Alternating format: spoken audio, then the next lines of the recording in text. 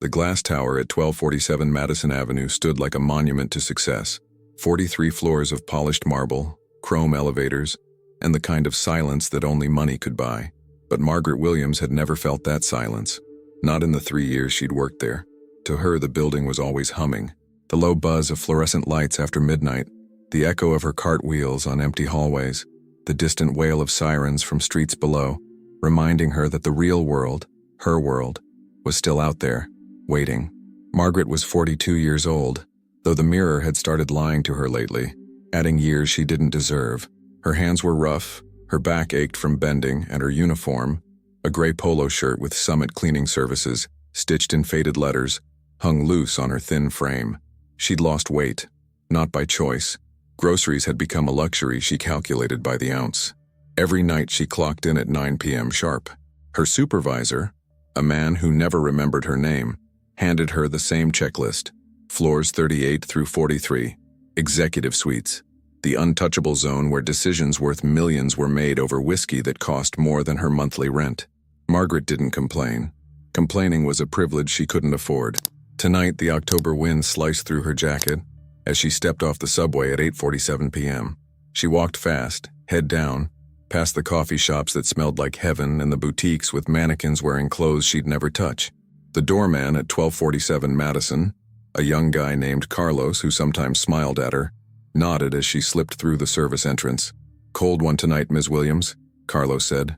"Always is," she replied softly, her voice barely louder than the wind. The service elevator smelled like industrial cleaner and old metal. Margaret leaned against the wall, closing her eyes for just a moment. Her daughter, Keisha, had texted her earlier. "Mom, I need $40 for the field trip. Everyone's going. Everyone's going." Those 3 words sat heavy in Margaret's chest. She'd already borrowed from her sister twice this month. The electricity bill was overdue. And Keisha, bright, hopeful 14-year-old Keisha, deserved to go on that field trip. Deserved to be like everyone else, just once. The elevator jolted to a stop on the 43rd floor. Margaret pushed her cart into the hallway, the wheels squeaking softly against the polished floor. Usually, the executive suites were empty by now. Dark. Silent. But tonight, light spilled from the corner office. The biggest one. The one with floor-to-ceiling windows overlooking the city like it was a kingdom to be conquered. If you're enjoying this story and want to see what happens next, please subscribe to the channel. Your support helps us bring more incredible stories like this one. Hit that subscribe button and turn on notifications. You won't want to miss the shocking twist coming in the next chapter. Margaret hesitated. She knew whose office that was. Brennan Cole, 34 years old, CEO of Cole Enterprises, a real estate empire built on his father's fortune and his own ruthless ambition. She'd seen his face on magazine covers in the break room. Sharp jawline, cold blue eyes, the kind of smile that never reached past his teeth. She'd cleaned his office 100 times. He was never there, but tonight he was. Through the frosted glass door, she could see shadows moving, voices low and sharp, laughter that didn't sound happy. Margaret thought about turning around, coming back later, but her supervisor's voice echoed in her head. "You finish your floors, or you don't get paid." She knocked softly. No answer. She knocked again, a little louder. "Yeah, what?" a voice barked from inside. Margaret opened the door slowly, keeping her eyes down. "I'm sorry to disturb you, sir. I'm here to clean." "Then clean," Brennan Cole interrupted, not looking up from his desk. He was hunched over a laptop, his tie loosened, sleeves rolled up. 3 other men sat around the glass conference table, executives in expensive suits, ties undone, glasses of amber liquid sweating onto coasters. Margaret wheeled her cart inside, moving quietly, trying to become invisible. It was a skill she'd perfected. In rooms like this, people like her weren't supposed to exist. She started with the trash cans, then moved to the windows, spraying and wiping in smooth, practiced motions. The men kept talking, voices rising and falling like a tide. "We're down 18% this quarter," one of them said, a balding man with a thick Long Island accent. "Investors are getting nervous." "Nervous?" Brennan laughed bitterly. "They're ready to pull out. We've got 3 weeks to turn this around, or we're finished." The Brooklyn Project is bleeding us dry." Brennan slammed his hand on the desk. Margaret flinched but didn't stop moving. "Keep working. Stay invisible. We need a win," another executive muttered. "Something big. Something that shows we're still in control." Brennan leaned back in his chair, rubbing his temples. His eyes swept across the room and landed on Margaret. She felt his gaze like a weight. For a long moment, he just stared at her. Then slowly, a smile spread across his face. Not a kind smile. A smile that made Margaret's stomach turn. "Hey," Brennan said, his voice changing. Lighter now, almost playful. "You..." Margaret froze. "Yes, sir?" "Come here." She approached slowly, her hands gripping the cleaning cloth so tight her knuckles went white. Brennan reached into his wallet, pulled out a crumpled $5 bill, and tossed it onto the desk. It landed between them like a challenge. "Clean my office," he said, his smile widening. "For $5. The other executives stopped talking. One of them, a younger guy with slicked-back hair, laughed nervously. "Brennan, come on." "No, I'm serious." Brennan leaned forward, his eyes locked on Margaret. "You want this, don't you? $5 is $5, right?" Margaret stared at the bill. $5. It wouldn't even cover the bus fare home. It wouldn't buy Keisha's field trip. It wouldn't... I'm already being paid by the cleaning company, sir," she said quietly. "Not by me." "You're not." Brennan's voice turned cold. "This is my office, my building. If I say you work for $5, then you work for $5. Silence filled the room like smoke. Margaret's vision blurred. She wanted to run. She wanted to scream. She wanted to tell him what $5 meant to a man who wore watches worth more than her car.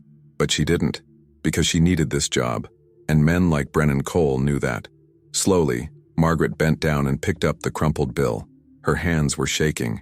She could feel the executives watching her, some uncomfortable, some amused, all of them silent. She began to clean. Every surface, every corner. The men's laughter started soft, then grew louder. They made comments, nothing direct, but enough to sting. Margaret kept her head down, moving mechanically, her heart pounding so hard she thought it might break through her ribs. When she finished, she stood in front of Brennan's desk, the $5 bill clutched in her trembling hand. He didn't look at her. He was typing on his laptop, smiling to himself like she'd already disappeared. Margaret opened her mouth, and then she said something that would change everything.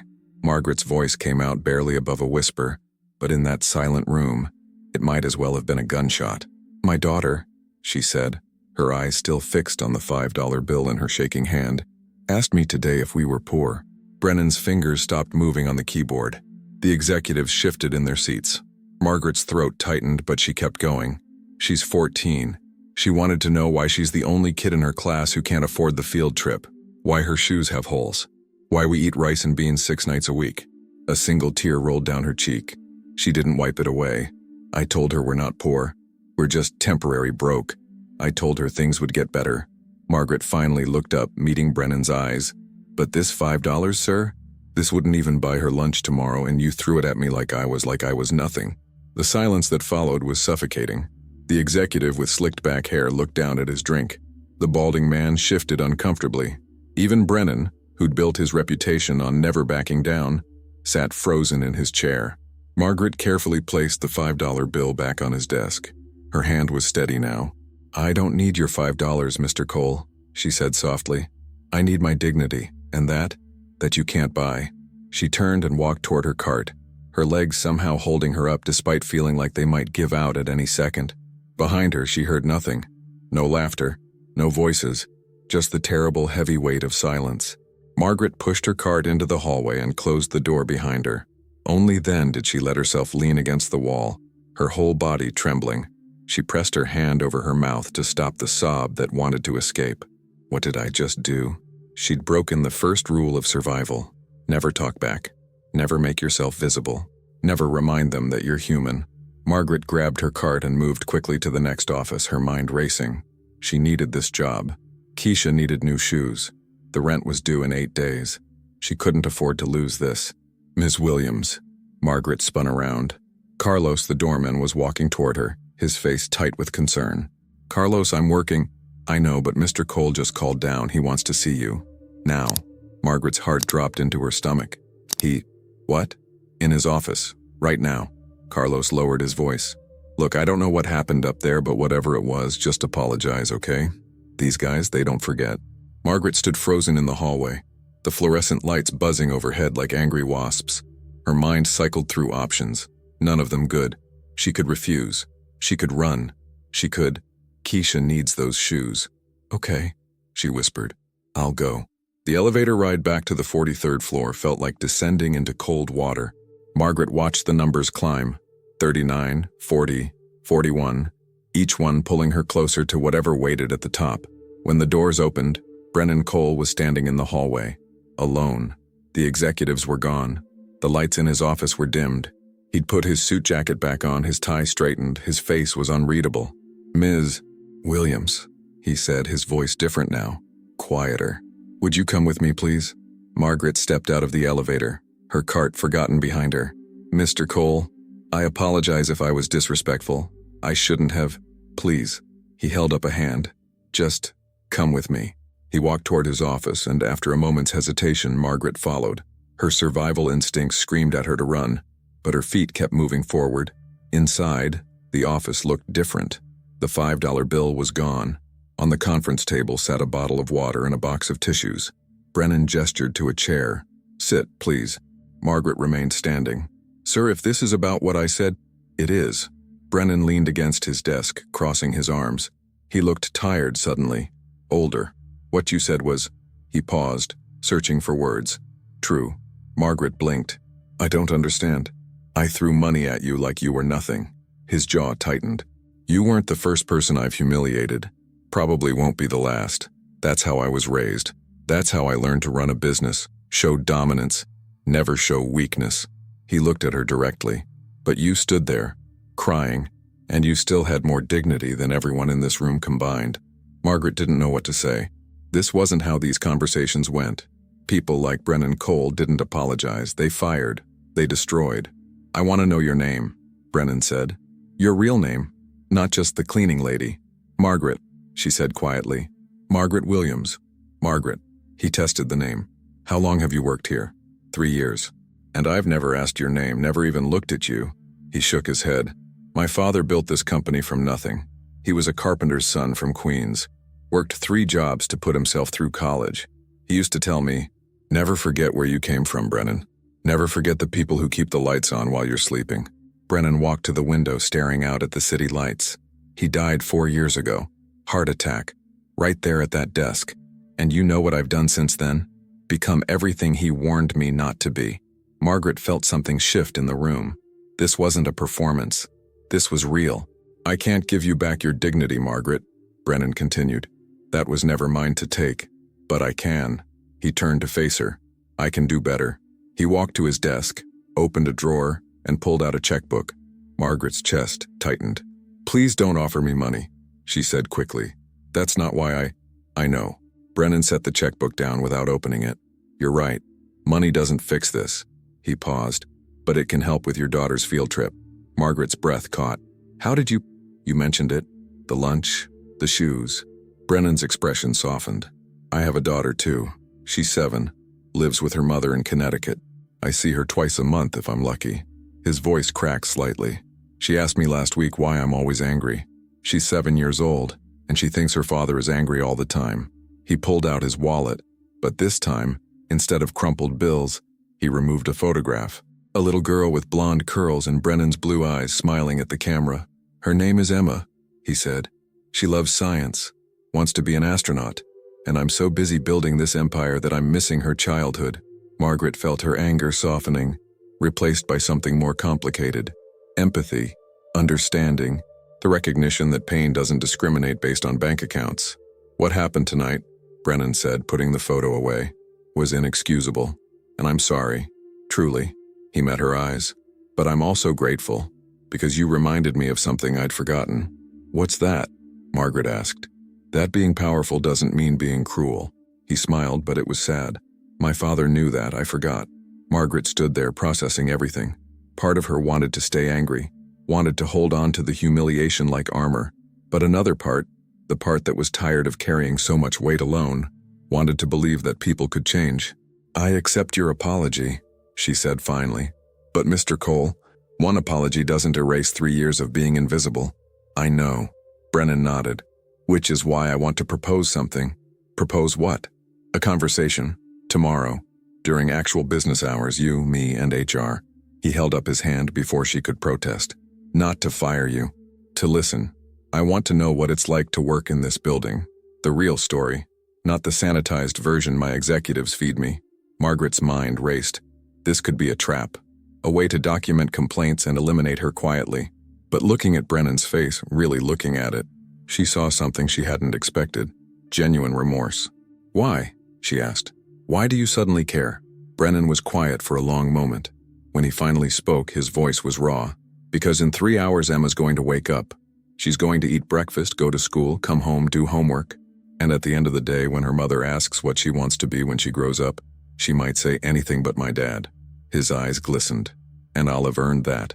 Margaret felt something break open in her chest. Not forgiveness, not yet, but recognition. The understanding that sometimes the most powerful people are the most broken. "Okay," she said. "I'll meet with you tomorrow, 3 p.m. Brennan's shoulders sagged with relief. "Thank you, Margaret." She turned to leave, then stopped at the door. "Mr. Cole?" "Yes?" "My daughter's field trip is on Friday. It costs $40. She swallowed hard. "If your offer still stands." Brennan didn't reach for his checkbook. Instead, he pulled out his phone. "What's your daughter's name?" "Keisha. Keisha Williams." He typed something quickly. "Done. The school will receive a donation tomorrow morning. Enough to cover Keisha's trip and any other students who can't afford it." Margaret's eyes filled with tears. "I don't know what to say." "Don't say anything yet," Brennan replied. "Let's see if I can actually follow through. Words are easy. Action is harder." Margaret nodded and walked to the elevator. As the doors closed, she saw Brennan still standing in his office doorway, watching her leave. Not like a CEO watching an employee, like a man watching a mirror. The subway ride home was a blur. Margaret's hands still trembled, but not from fear anymore. From something else. Something like hope, mixed with caution, mixed with the exhausting weight of being seen for the first time in 3 years. When she finally unlocked the door to her small apartment in the Bronx, Keisha was asleep on the couch, her homework scattered around her. The TV played some late-night show on mute. Margaret gently brushed her daughter's hair back from her face. Keisha stirred, but didn't wake. "You're going on that field trip, baby," Margaret whispered. "I promise." But as she lay in bed that night, staring at the ceiling with its water stains shaped like continents, Margaret couldn't shake the feeling that something bigger was happening. Something that started with $5 and a moment of cruelty. Something that might change everything, or destroy it completely. She wouldn't know which until tomorrow at 3 p.m. Margaret didn't sleep that night. Every time she closed her eyes, she saw Brennan Cole's face. The cruel smile when he threw the $5 bill, then the cracks in his armor when he talked about Emma. She replayed her own words, wondering if she'd been brave or just reckless. At 6:47 a.m., her phone buzzed. An email from Lincoln Heights Middle School. "Dear Ms. Williams, we're pleased to inform you that an anonymous donation has covered all field trip expenses for students in need, including Keisha. No payment necessary. The bus departs Friday at 8 a.m. Margaret read it 3 times, tears blurring the screen. He'd actually done it. Brennan Cole had kept his word. "Mom?" Keisha appeared in the doorway, rubbing sleep from her eyes. "Why are you crying?" Margaret pulled her daughter into a tight hug. "Happy tears, baby. You're going on that field trip." Keisha pulled back, confused. "But how? Did Aunt Denise—" "No, someone helped us. A friend." The word felt strange in her mouth. Brennan Cole wasn't a friend. But he wasn't just the CEO anymore either. He was something in between, undefined and dangerous in its uncertainty. The day crawled by. Margaret cleaned apartments in the morning. Her second job paid under the table, barely enough to cover utilities. At noon she went home, showered, and stared at her closet. What did you wear to meet with the CEO? She only owned 3 outfits that weren't cleaning uniforms.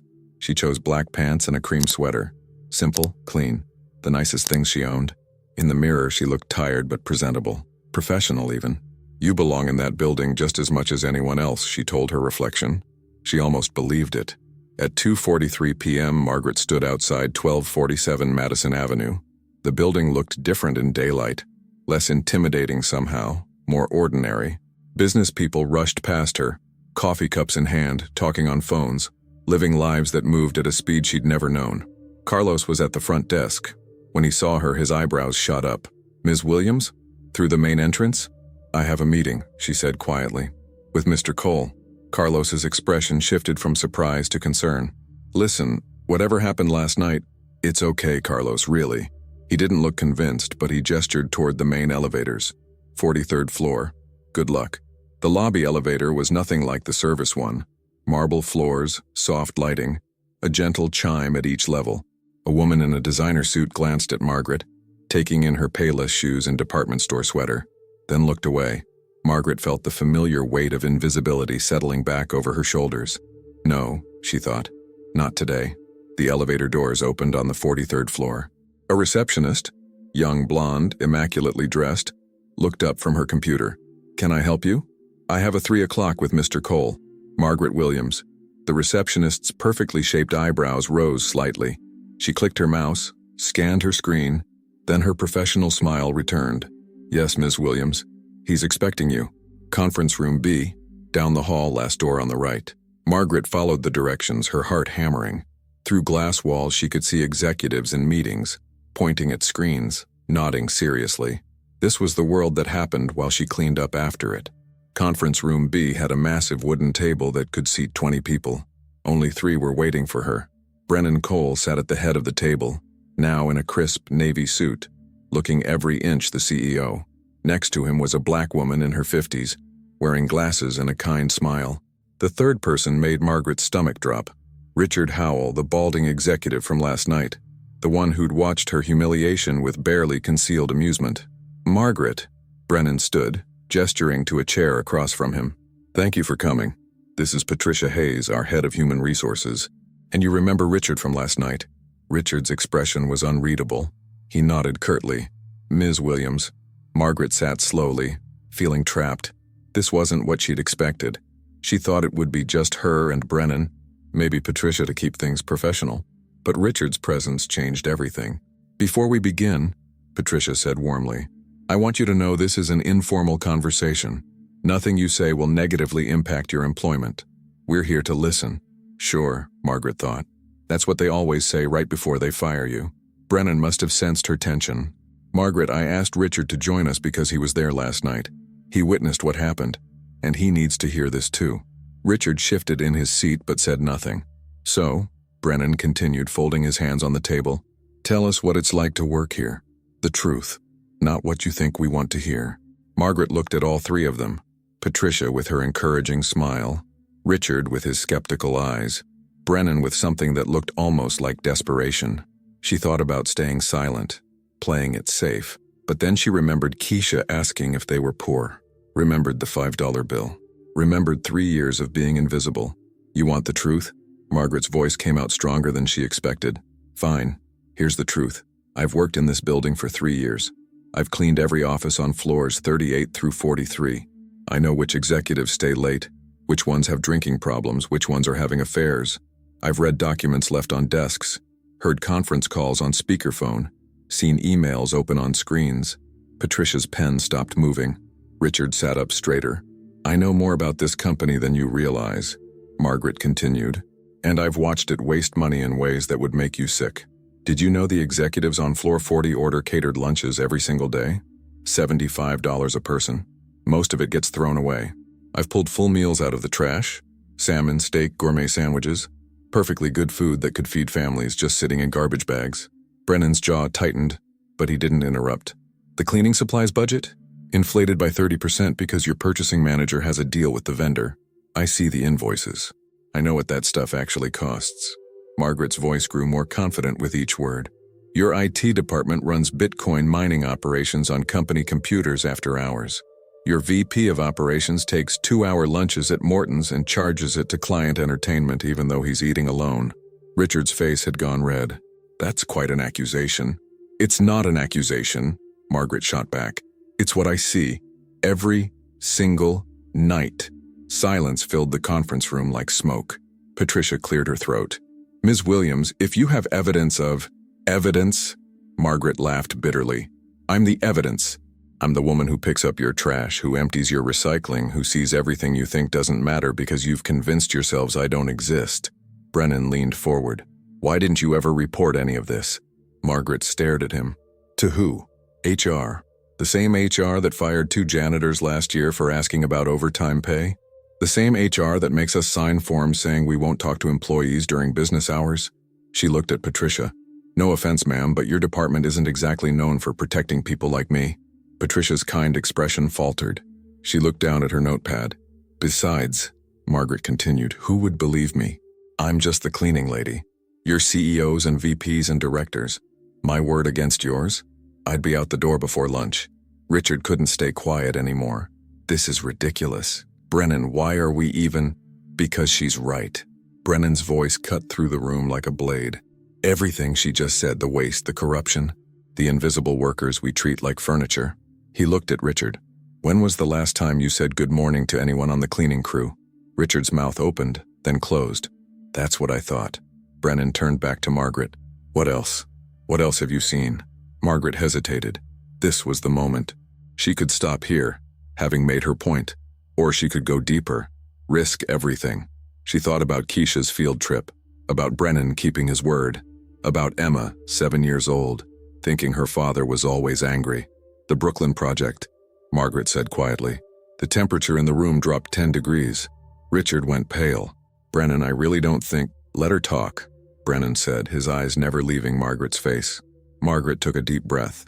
2 weeks ago, I was cleaning the 40th floor, Mr. Howell's office. He was on a conference call, thought he was alone. I heard him talking about the Brooklyn Project, something about inspection reports being adjusted, about foundation issues being covered up to meet the construction deadline. Richard shot to his feet. That's enough. She's clearly misunderstood. Sit down, Richard. Brennan's voice was ice. Brennan, listen to me. Sit down. Richard sat, but his face was furious. Margaret felt fear creep up her spine. She'd just made a powerful enemy. Patricia was writing rapidly, her expression grave.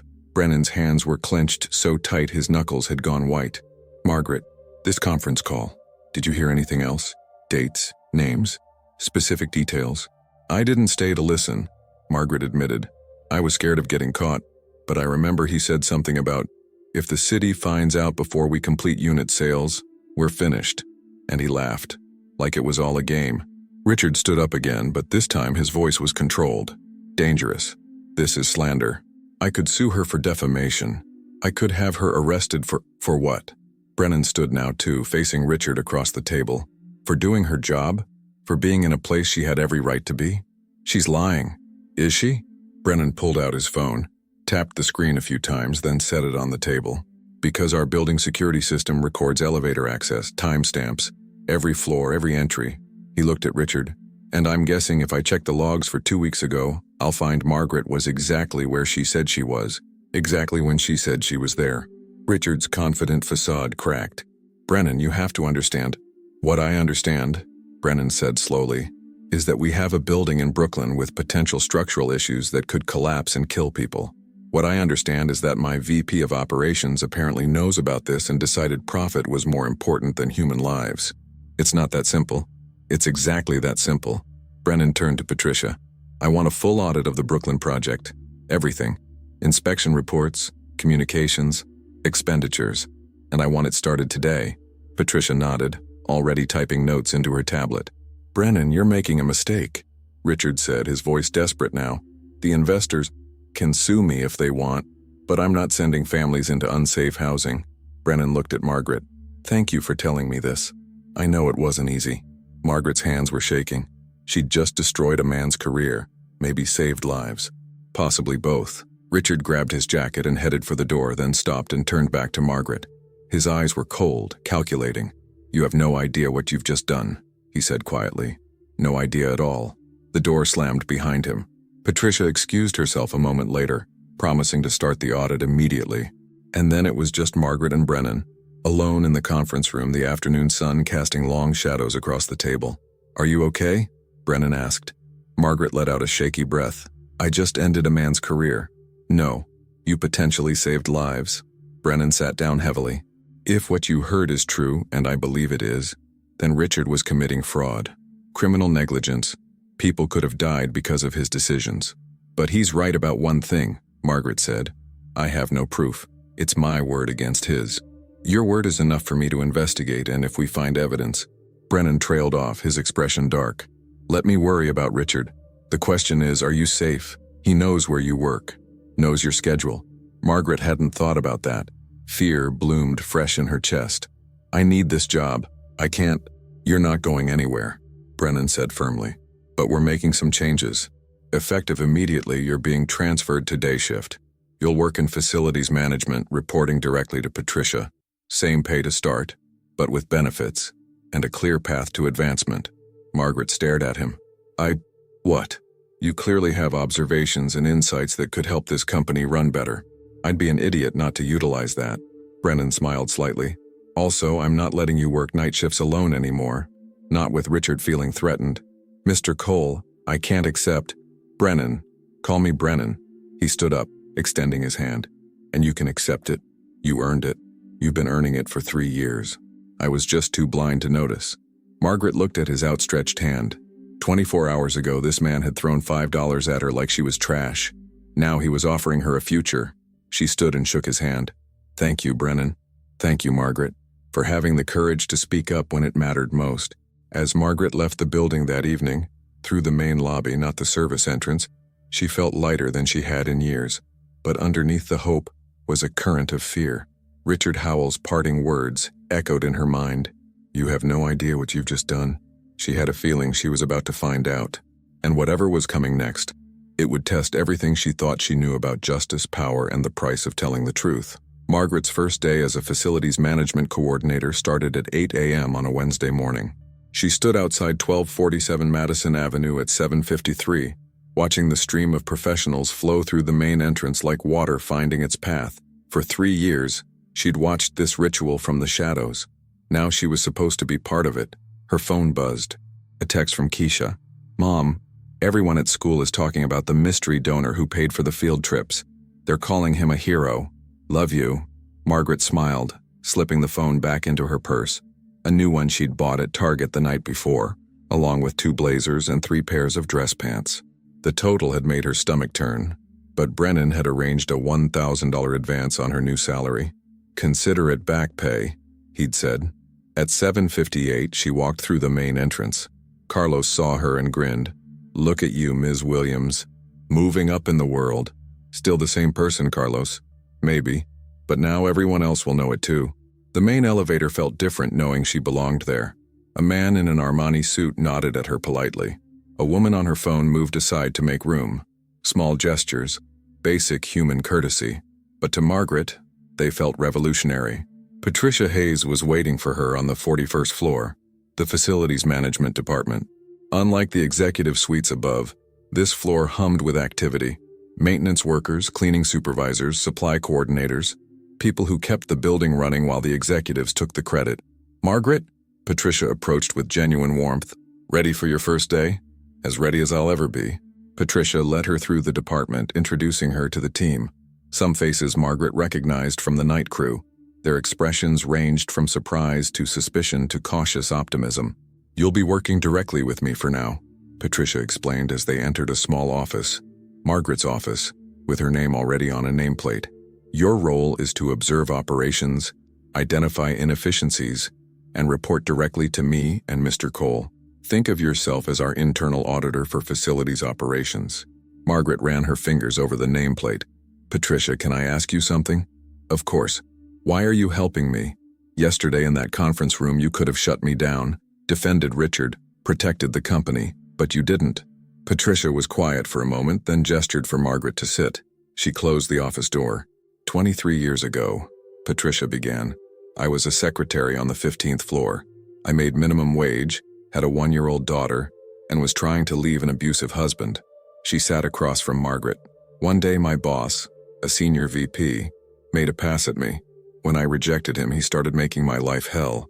Impossible deadlines. Public humiliation. The works. Margaret listened, recognition dawning. I went to HR. Know what they told me? We'll look into it. They never did. 6 months later, I was fired for poor performance. Patricia's jaw tightened. I was homeless for 8 months, me and my baby living in my car, showering at the YWCA. God, Patricia. I'm so sorry. I clawed my way back, got my degree at night school. Worked 3 jobs. Eventually landed here 10 years ago when Brennan's father was still CEO. Patricia leaned forward. He was a good man, Thomas Cole. When he found out about my history, he made me a promise. As long as I'm in charge, this company will protect its workers, not just its profits. And when he died, things changed. Brennan was young, hungry, surrounded by sharks like Richard Howell, who taught him that compassion was weakness. Patricia sighed. I've watched him become someone his father wouldn't recognize. Until 2 nights ago when you reminded him who he used to be. You think one conversation can change him? No, but it can start the process. Patricia stood. That's why I'm helping you, Margaret. Because you're not just fighting for yourself. You're fighting for every person in this building who's ever been invisible. A knock interrupted them. A young man in maintenance coveralls appeared in the doorway. Ms. Hayes, we've got a situation in the basement. The security system flagged unauthorized access last night. Patricia frowned. Show me. They took the service elevator down to the basement level, a labyrinth of storage rooms, mechanical systems, and filing archives. The security supervisor, a stern-faced man named Gordon, was waiting with a tablet. Someone accessed Archive Room 7 at 2:47 a.m., Gordon explained, pulling up video footage. They used an executive access card, but the system logged it as unusual because that room hasn't been opened in 4 months. What's in Archive Room 7? Margaret asked. Gordon checked his system. Old project files, mostly construction documents from 2018 to 2022. Patricia and Margaret exchanged glances. The Brooklyn project would be in there, Patricia said quietly. Gordon nodded, along with about 40 other projects. Want me to check what was accessed? Yes, immediately. They followed Gordon to Archive Room 7. The door was locked, no signs of forced entry. Inside, rows of filing cabinets stretched into the shadows. Gordon checked the access log on the door's internal system. Cabinet 23B was opened, he said. Let me see. Yes. Brooklyn Residential Development, inspection reports and engineering documents. Margaret's blood ran cold. Someone's covering their tracks. Patricia was already on her phone. Brennan, we have a problem. 20 minutes later, Brennan arrived with 2 people Margaret didn't recognize. A man and woman in dark suits carrying briefcases. They looked like lawyers, or FBI agents. This is Sandra Reeves and Marcus Chen, Brennan introduced them. Private investigators from Sentinel Security. I hired them last night to conduct an independent audit of the Brooklyn project. Sandra, a woman in her 40s with sharp eyes, examined the archive room. Mr. Cole, we're going to need to secure this entire area. Dust for prints. Check security footage. If someone's tampering with evidence, we need to document everything. Do whatever you need to do, Brennan said. He looked at Patricia, who has executive access to the archives. Patricia pulled up the list on her phone. 12 people. You, me, the CFO, the heads of legal, operations, development. She scrolled down, then stopped. And Richard Howell. Richard was fired yesterday, Brennan said. His access should have been revoked. Gordon checked his tablet. His card was deactivated at 5:17 p.m. yesterday, but he zoomed in on the timestamp from the security footage. This access was logged at 2:47 a.m. today. Somehow his card worked 12 hours after it was disabled. Marcus, the male investigator, leaned in to study the screen. That's not a glitch. Someone manually reactivated that card, even if just temporarily, which means you have an inside problem. Who has the authority to reactivate access cards? Brennan asked. IT department and head of security, Gordon answered. And, he hesitated. And who? Brennan's voice was steel. And anyone with root-level administrative access, which includes Patricia and yourself, sir. The implication hung heavy in the air. Sandra spoke up. Mr. Cole, I'm going to recommend we expand this investigation. If there's evidence tampering and internal sabotage, this goes deeper than one executive trying to hide his mistakes. Agreed, Brennan said. Start with Richard. Find out where he was last night, who he's been in contact with, everything. Margaret had been quiet, processing. Now she spoke up. The conference call I overheard. Richard said, we, not I. He said, if the city finds out, we're finished. Everyone turned to look at her. He wasn't working alone, Margaret continued. There's at least one other person involved in the Brooklyn project cover-up. Maybe more. Brennan's expression darkened. Patricia, I want a complete list of everyone who worked on the Brooklyn project. Engineers, contractors, city inspectors, everyone. I'll have it by this afternoon, Patricia promised. As the investigators began their work, Brennan pulled Margaret aside. I need to ask you something, and I need you to be completely honest. Okay? Do you feel safe?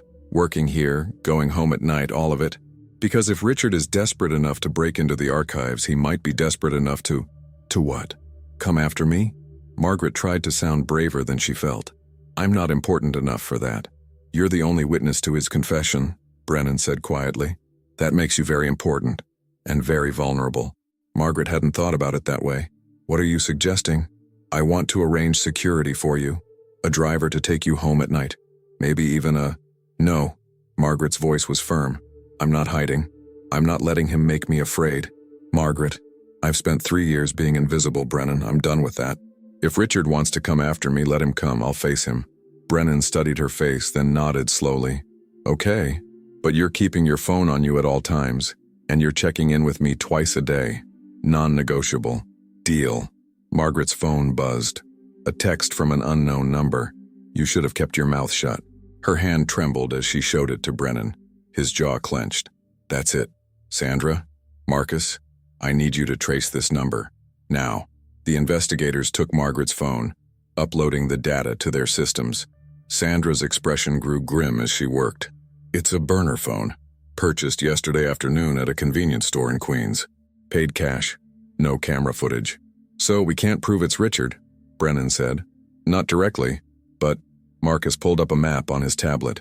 The convenience store is 3 blocks from Richard Howell's apartment. Brennan turned to Margaret. That's witness intimidation. We can go to the police. And tell them what? Margaret asked. That I got a vague text. They'll laugh us out of the station. She's right, Sandra said. We need more. But Mr. Cole, I strongly recommend Ms. Williams not be alone until this is resolved. Margaret wanted to argue, but the text message had rattled her more than she'd admit. I have to pick up my daughter from school at 3:30. I'll have a car waiting for you, Brennan said. One of our corporate drivers. He'll stay with you until you're safely home. Brennan, this is excessive. It's necessary. His voice left no room for argument. Please, Margaret, let me do this. She nodded reluctantly. The rest of the day passed in a blur. Margaret tried to focus on her new role, reviewing supply contracts, interviewing cleaning staff about their schedules and concerns, but her mind kept drifting to the text message. You should have kept your mouth shut. At 3:15 p.m., Patricia found her. Your car's here. Driver's name is Dennis, former Marine, excellent record. You're in good hands. Margaret grabbed her coat and headed downstairs. Dennis was waiting by a black sedan, a large man in his 50s with kind eyes and a firm handshake. Ms. Williams, I'll be taking you to Lincoln Heights Middle School, then to your residence in the Bronx. Ready when you are. The drive to Keisha's school took 30 minutes in traffic.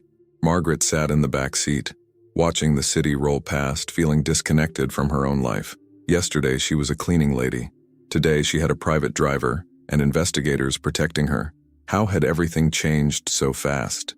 Keisha came running out of school with 3 friends, all talking excitedly about Friday's field trip. When she saw the black sedan, her eyes went wide. Mom, whose car is that? It's complicated, baby.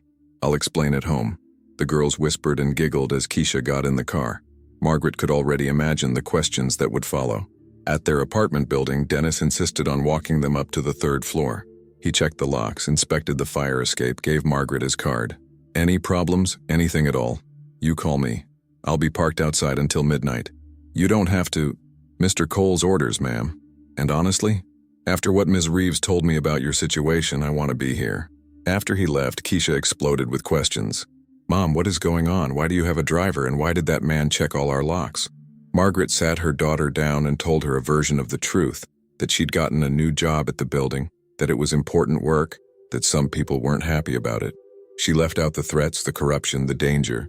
Keisha listened, her young face serious. Are we safe? Yes, baby, we're safe. Promise? Margaret pulled her daughter close.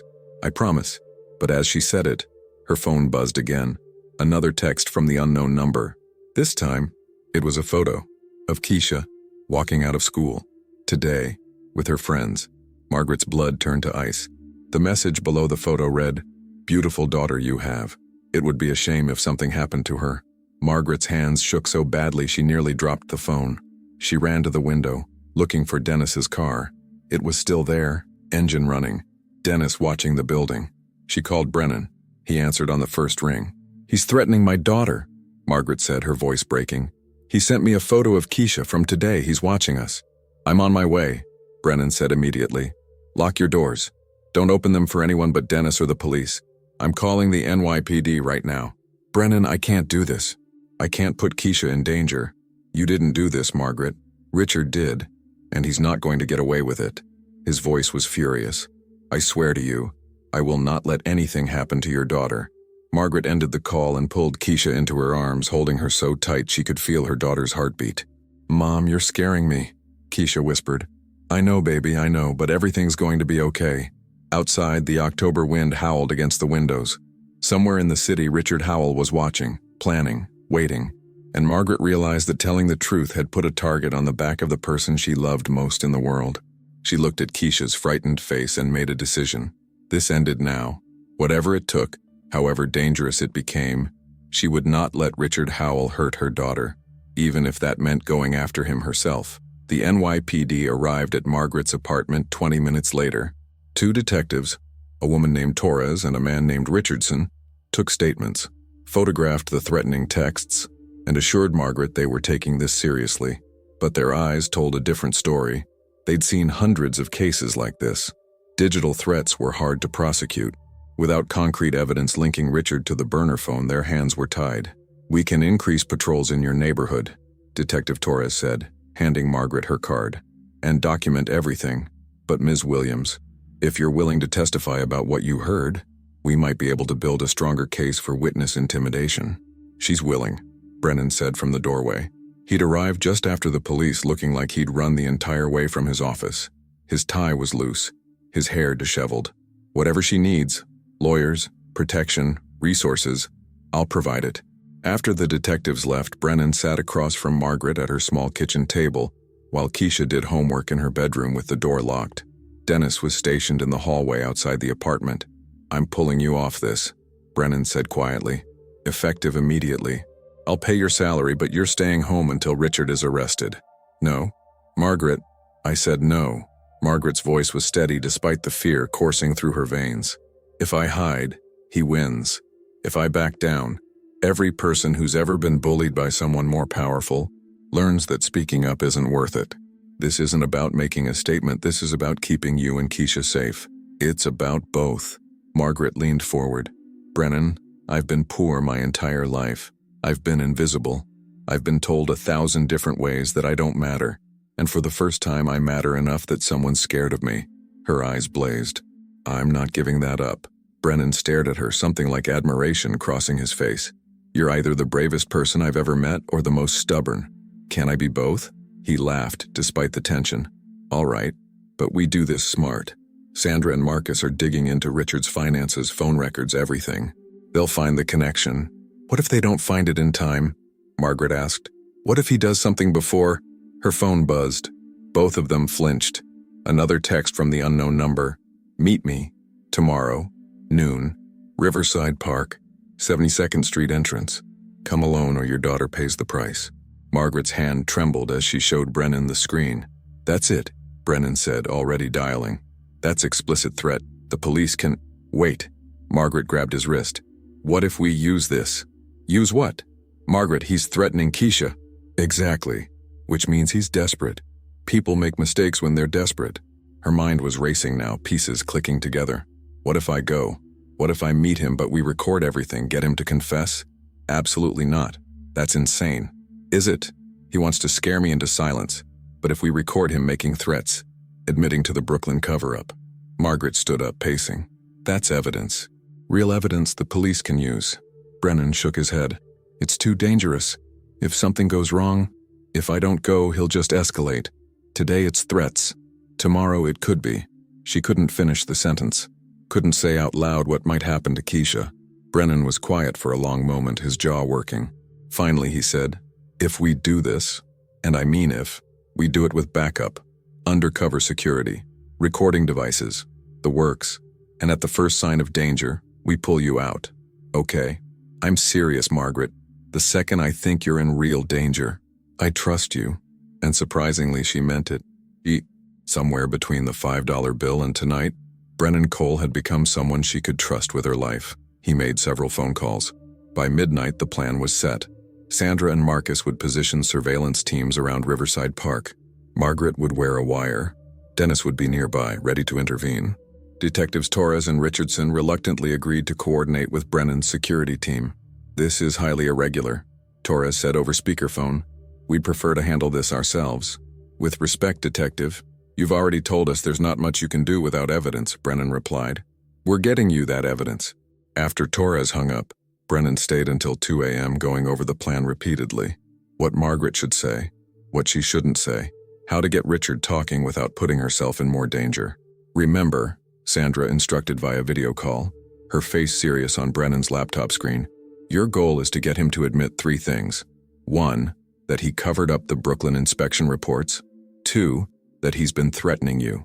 3, that he's working with others. Get those 3 things on tape and we've got him. Margaret nodded, committing it to memory. When Brennan finally left, she checked on Keisha one more time. Her daughter was asleep, curled up with her worn teddy bear, looking younger than 14. Margaret brushed her hair back gently. I'm going to fix this, baby, she whispered. I promise. But as she lay in her own bed, Margaret couldn't sleep. She kept seeing that photo of Keisha, kept imagining all the ways tomorrow could go wrong. At 7 a.m., her alarm pulled her from the shallow sleep she'd finally found. She made breakfast for Keisha, drove her to school herself, and watched her daughter disappear into the building. Dennis followed at a discreet distance along with another security guard Brennan had hired. At 10 a.m., Sandra arrived at Margaret's apartment with equipment, a tiny microphone that clipped inside her shirt collar, a GPS tracker sewn into her jacket lining, a panic button disguised as a key fob. Press this if anything goes wrong, Sandra explained. We'll be on you in seconds. At 11:30, Margaret took the subway to Riverside Park. She wore jeans and a jacket, trying to look normal despite the wire pressing against her chest and the fear hammering in her heart. The park was beautiful in the October sunlight. Joggers ran past, parents pushed strollers, an old man fed pigeons. Normal life happening all around her while she walked toward a confrontation that could end in violence. At 11:58, she reached the 72nd Street entrance. She spotted Dennis pretending to read a newspaper on a bench 50 yards away, saw another security guard dressed as a hot dog vendor. The police presence was invisible, but she knew Torres and Richardson were somewhere nearby. At exactly noon, Richard Howell appeared. He looked different from the executive she'd seen in Brennan's office. His suit was wrinkled, his face unshaven. His eyes had the wild look of someone who hadn't slept in days. You came, he said, stopping 10 feet away from her. Smart choice. What do you want, Richard? Margaret kept her voice steady, remembering Sandra's instructions. Get him talking. What do I want? He laughed bitterly. I want my life back, my career, my reputation. Everything you destroyed. I didn't destroy anything. You did that yourself when you covered up safety violations. Safety violations, he scoffed. Do you have any idea how construction works? Every building has issues. Every project has compromises. That's business. People could die, Richard. People die every day. His voice rose, drawing glances from nearby parkgoers. He lowered it to a harsh whisper. You think you're some kind of hero? You're a cleaning lady who stuck her nose where it didn't belong. Margaret felt anger flare. A cleaning lady who heard you confess to fraud. You heard nothing. And even if you did, who's going to believe you? Richard stepped closer. It's your word against mine. A poor black woman with a high school education versus a Harvard MBA with 20 years in real estate. The police believe me. The police have nothing. No proof. No witnesses besides you. And witnesses. He smiled coldly. Witnesses can be unreliable, especially when they're worried about their children. There it was. The threat Margaret needed him to make explicit. Are you threatening my daughter? She asked clearly, hoping the microphone caught every word. Richard's smile widened. I'm simply observing that accidents happen. Buildings catch fire. Cars lose control. Children walk home from school through dangerous neighborhoods. He moved closer still. It would be tragic if something happened to. What's her name? Keisha? Margaret's hands clenched into fists. You stay away from her. Then you stay away from Brennan Cole. Stop this investigation. Recant your statement. Tell them you misheard. Tell them anything. His face hardened. Or I will make sure you regret the day you decided to be brave. Why? Margaret demanded. Why risk everything for the Brooklyn project? What's so important that you'd threaten a child? Richard was quiet for a moment, studying her. Then he laughed. You really don't know, do you? God, you're even more clueless than I thought. Then explain it to me. The Brooklyn project isn't just about one building, Margaret. It's a $60 million development with investors from 3 countries. If that project fails, it triggers penalty clauses that could bankrupt Cole Enterprises. And if Cole Enterprises goes bankrupt, he smiled. Well, there are people who would benefit greatly from that. What people? People who've been trying to acquire Cole's assets for years. People who've offered me a very comfortable position in their organization, if I can help make that happen. Richard shrugged. The foundation issues were a gift. A way to force the project into failure without anyone tracing it back to me. Margaret's mind reeled. You sabotaged the project? On purpose? I expedited the inevitable. Those inspection reports? I didn't just cover them up. I made sure the problems got worse. Made sure the contractors cut corners. Made sure the city inspectors looked the other way. His voice was proud now, boastful. By the time the building collapses, and it will collapse, Cole Enterprises will be buried in lawsuits, criminal charges, and debt. People will die when that building collapses, Margaret said, horrified. Acceptable losses. Richard's expression didn't change. That's the difference between you and me, Margaret. You think in terms of individual lives. I think in terms of market forces, economics, power. You're insane. I'm practical. He pulled out his phone. Now let me show you something. A little incentive to help you make the right choice. He held up the screen. It was a live video feed of Keisha's school. Margaret could see the front entrance, students milling around. I have people watching her right now, Richard said casually. One word from me, and they follow her home. One word from me and something very unfortunate happens. Margaret's fear crystallized into rage. You son of a… Richard wagged his finger. Before you do something stupid, remember that I'm not the only person involved in this. You hurt me, and my partners will hurt your daughter. You go to the police with this conversation, and my partners will know within the hour. He leaned in close. There's no way out, Margaret. You're trapped. Am I? Something in Margaret's tone made Richard hesitate. Because here's the thing, Richard, Margaret continued, her voice growing stronger. You just confessed to conspiracy, fraud, sabotage, and threatening a minor. And every word of it was recorded. Richard's face went pale. What? The wire I'm wearing. The surveillance team watching us right now. The detectives waiting for my signal. Margaret smiled. You're trapped. Not me. Richard's eyes darted around the park, finally noticing Dennis and the other security personnel closing in. He saw Detective Torres approaching from the left, Richardson from the right, his face twisted with rage. You bitch! He lunged at Margaret. She didn't have time to react, but Dennis did. The former Marine moved faster than a man his size should have been able to, intercepting Richard mid-lunge and slamming him to the ground. Within seconds, Torres and Richardson were there, cuffing Richard's hands behind his back. Richard Howell, you're under arrest for conspiracy, witness intimidation, and assault, Torres said, reading him his rights. Richard struggled against the cuffs, his face pressed into the dirt. You don't understand. They'll kill her anyway. They'll kill all of us. Who will? Richardson demanded. Who are you working with? But Richard had gone silent, his eyes wide with genuine terror. Sandra appeared at Margaret's side. You okay? Margaret nodded, her legs suddenly shaky. Did you get everything? Every word. Crystal clear. Sandra smiled. That was incredibly brave. And incredibly stupid. But mostly brave. Dennis helped Margaret to a bench as the police led Richard away. Across the park, she could see other security personnel arresting two men who'd been surveilling Keisha's school. Richard's partners on the ground. Her phone rang. Brennan. I'm okay, Margaret said before he could ask. We got him. We got everything. Thank God. Brennan's relief was palpable. I'm sending a car for you now. And Margaret, you're taking the rest of the week off. No arguments. No arguments, she agreed. But as the adrenaline faded, Margaret felt the weight of Richard's words settling over her. There are people who would benefit greatly from Cole Enterprises failing. I'm not the only person involved. Richard was arrested. The immediate threat was neutralized, but the conspiracy he'd hinted at, the shadowy partners trying to destroy Brennan's company, they were still out there, and now they knew Margaret's name. As she rode back to her apartment in the security car, Margaret realized this wasn't over. It was just beginning. The real question was, who was powerful enough to orchestrate the destruction of a $60 million real estate empire? And what would they do now that their plan had been exposed? Margaret was about to find out. 3 days after Richard Howell's arrest, Margaret sat in a conference room on the 43rd floor. Not as a witness this time, but as a consultant. The table was crowded with lawyers, investigators, city officials, and executives. At the head sat Brennan Cole, looking tired but determined. The structural engineers completed their assessment of the Brooklyn project yesterday, Brennan announced, sliding folders across the table. Their findings confirm what Ms. Williams's testimony suggested. The foundation has significant defects.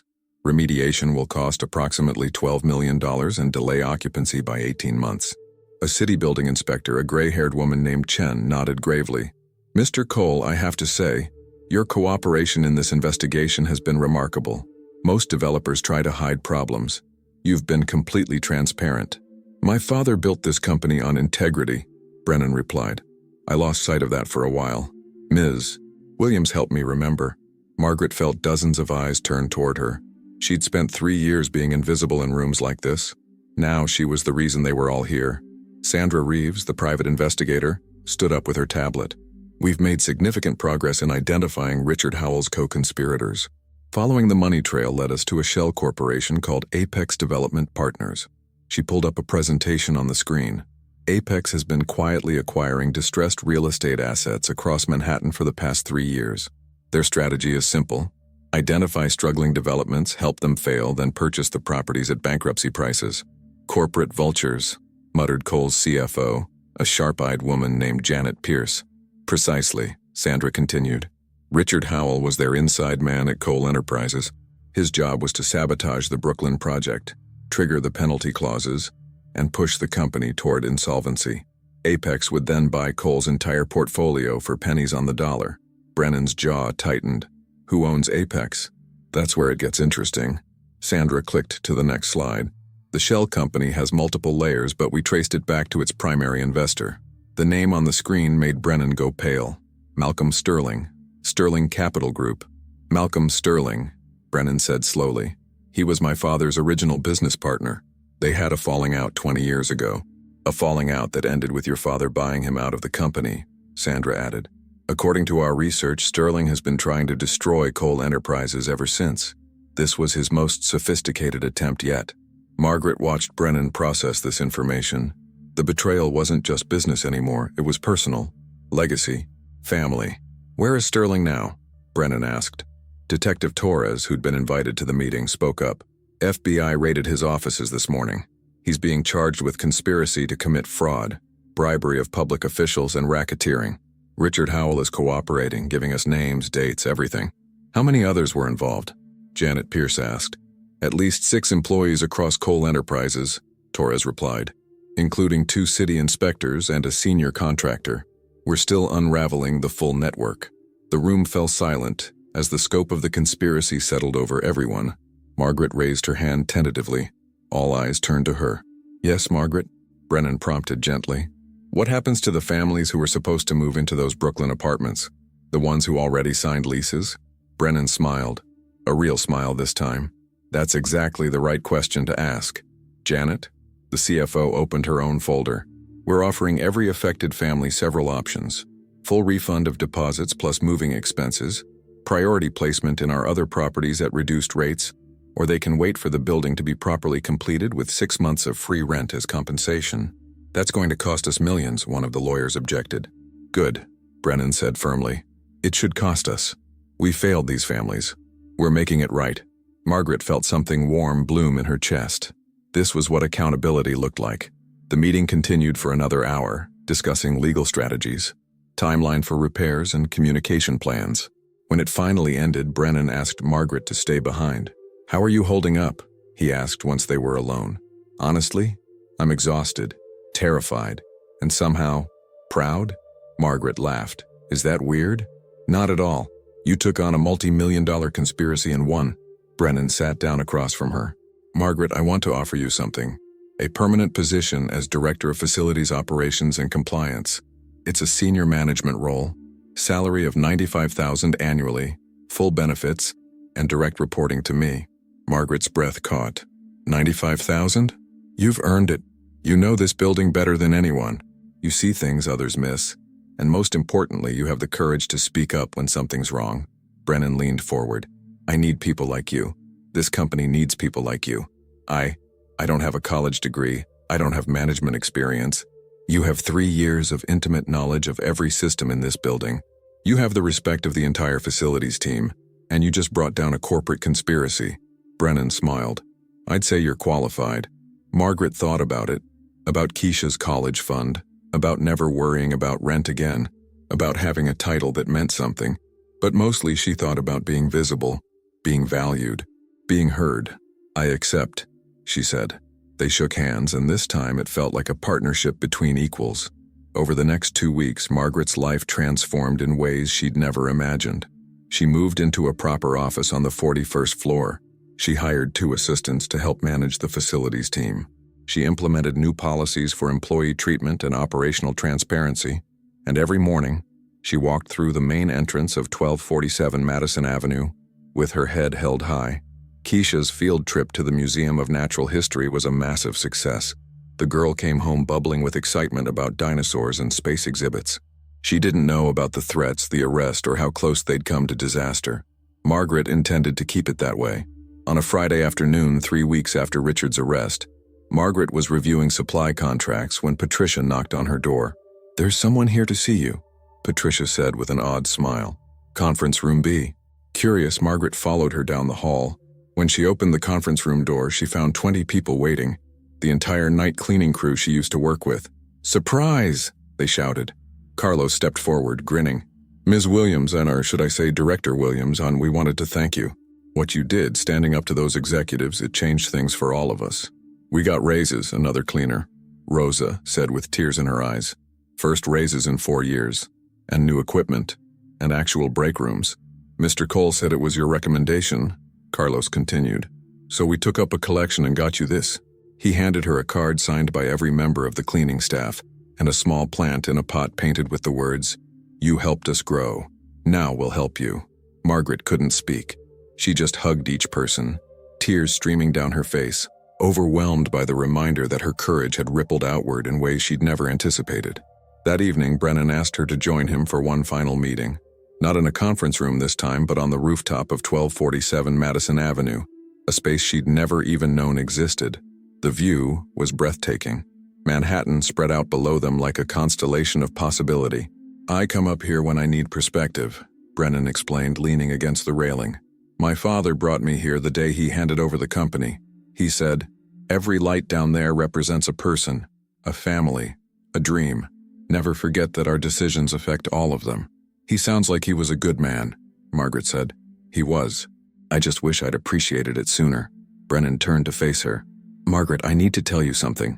The Brooklyn Project, the way Richard tried to destroy this company, none of that would have come to light if you hadn't spoken up. You saved lives. You saved this company. You saved me from becoming someone I would have hated. I was just trying to protect my daughter." "No, you were trying to do what was right. There's a difference." Brennan pulled an envelope from his pocket. "The board of directors voted yesterday. They want to establish the Margaret Williams Integrity Fund, a $10 million endowment to support whistleblower protections, employee advocacy, and scholarships for children of service workers." Margaret stared at the envelope. $10 million? "We're announcing it Monday. The first scholarship recipient will be chosen next month." He smiled. "I have a feeling a very smart 14-year-old named Keisha might be interested in applying when she's ready for college." Margaret's legs felt weak. She sat down on a nearby bench, overwhelmed.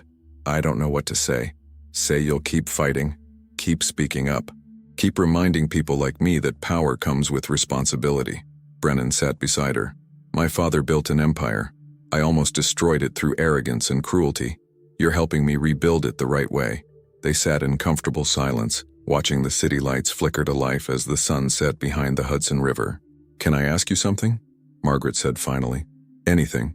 That night when you threw the $5 bill at me, what were you thinking?" Brennan was quiet for a long moment. "Honestly, I was thinking about how powerful I was, how untouchable. I wanted to prove to those executives that I could humiliate someone without consequences." He shook his head. "I was thinking like a tyrant, not a leader.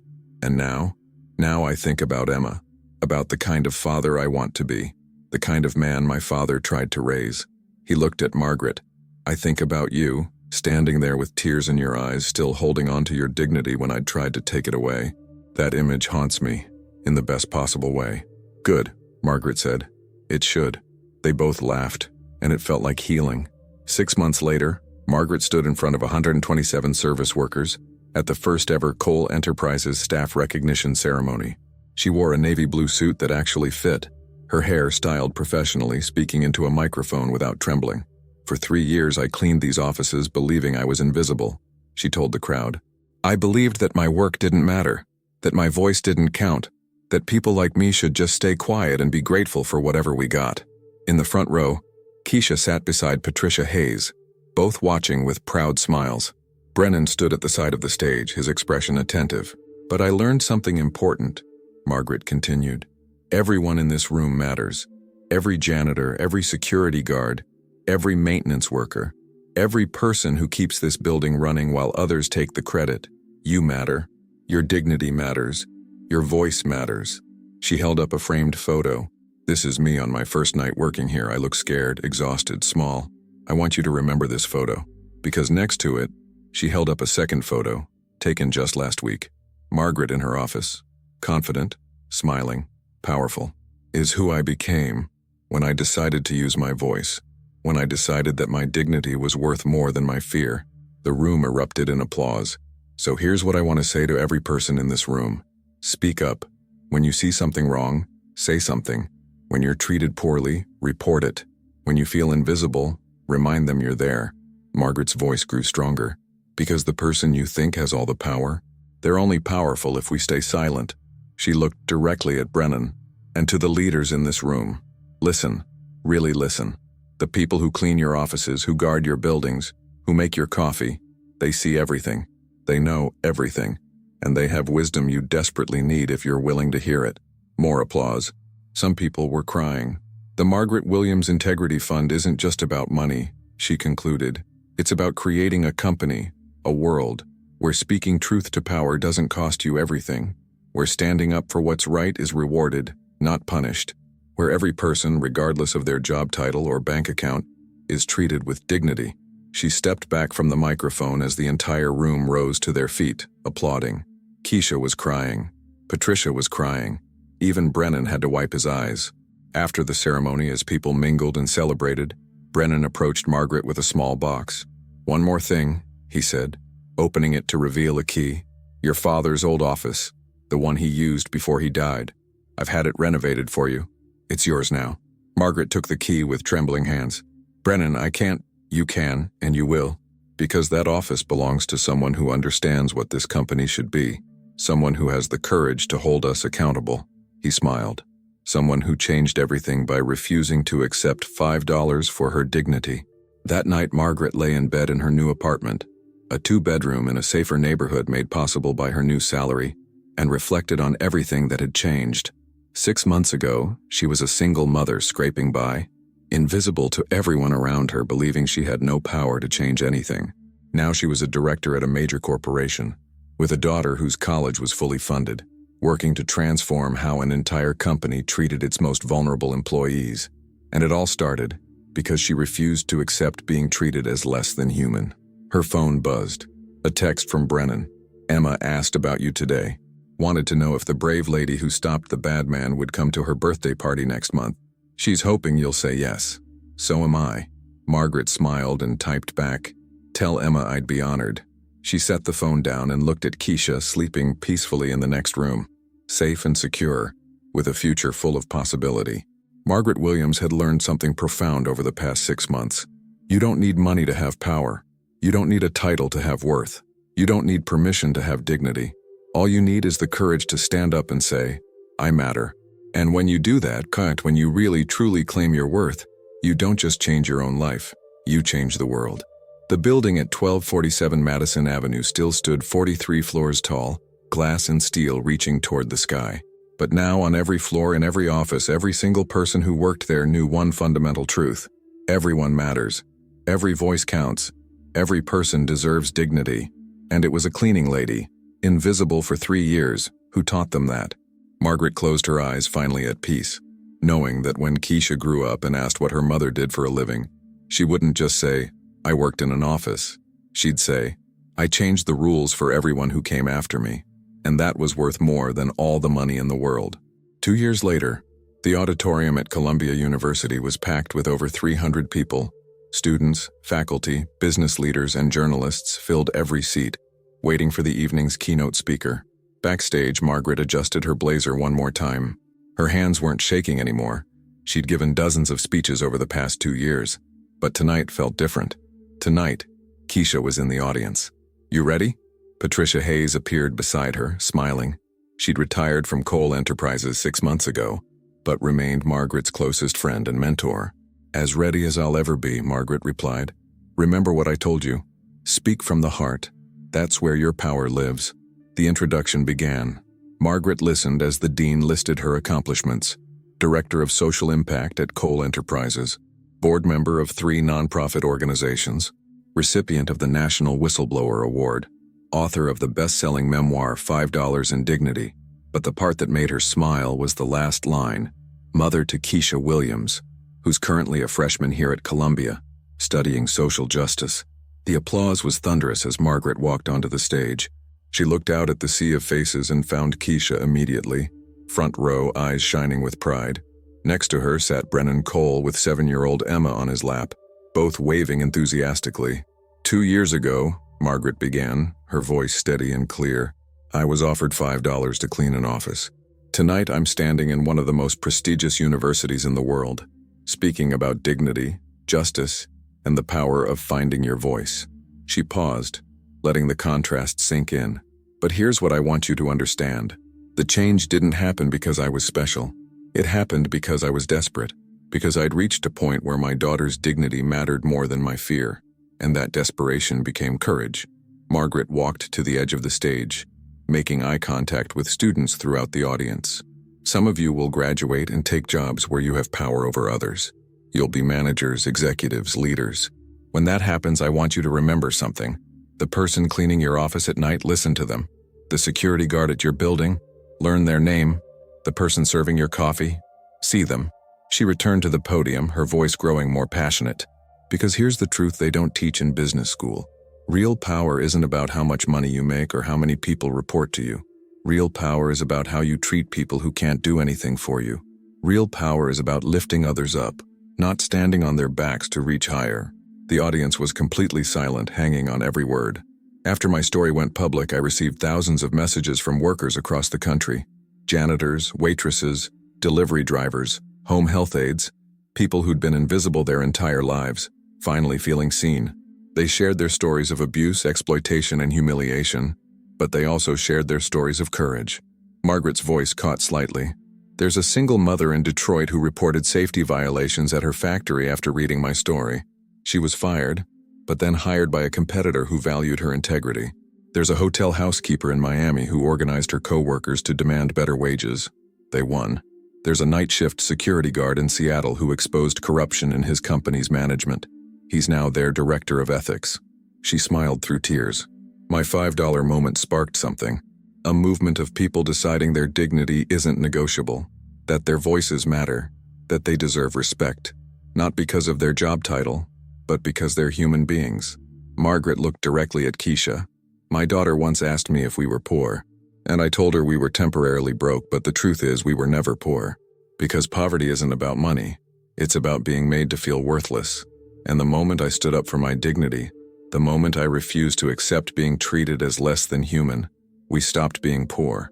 She turned to address the entire audience. "So whether you're sitting here with a full scholarship or a trust fund, whether you grew up in a mansion or a housing project, remember this. You have power. The power to speak up. The power to demand better. The power to change not just your own life, but the lives of everyone around you." Margaret's voice rose with conviction. "Don't wait for someone to give you permission to matter. Don't wait for someone to tell you you're worthy. You already are. You always have been. The only question is, will you have the courage to believe it?" The applause began slowly, then built into a standing ovation that lasted 5 full minutes. People were crying, cheering, hugging each other. After the speech, during the reception, a young woman approached Margaret nervously. She wore a janitor's uniform under her jacket. "Ms. Williams, I work night shift at the library here. I'm also a part-time student. I just wanted to say, your story gave me courage to apply for a promotion. I got it. I'm going to be a supervisor." Margaret hugged her tightly. "You earned that promotion. Don't ever forget it." As the evening wound down, Brennan approached with Emma.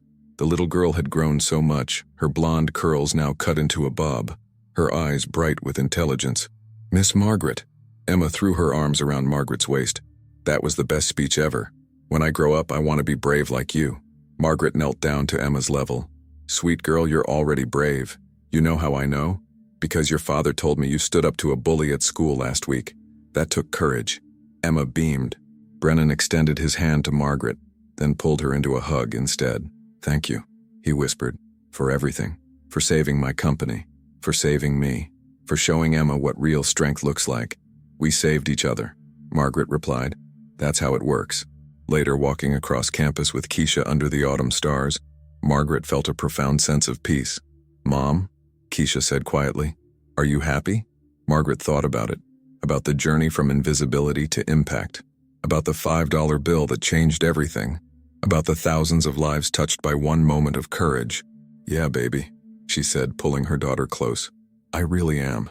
And as they walked past students studying in libraries, security guards patrolling walkways, and custodians keeping the campus beautiful, Margaret made eye contact with each one, smiled, nodded, acknowledged their presence, because she knew something now that she'd forgotten for too long. Everyone matters. Every single person. Always.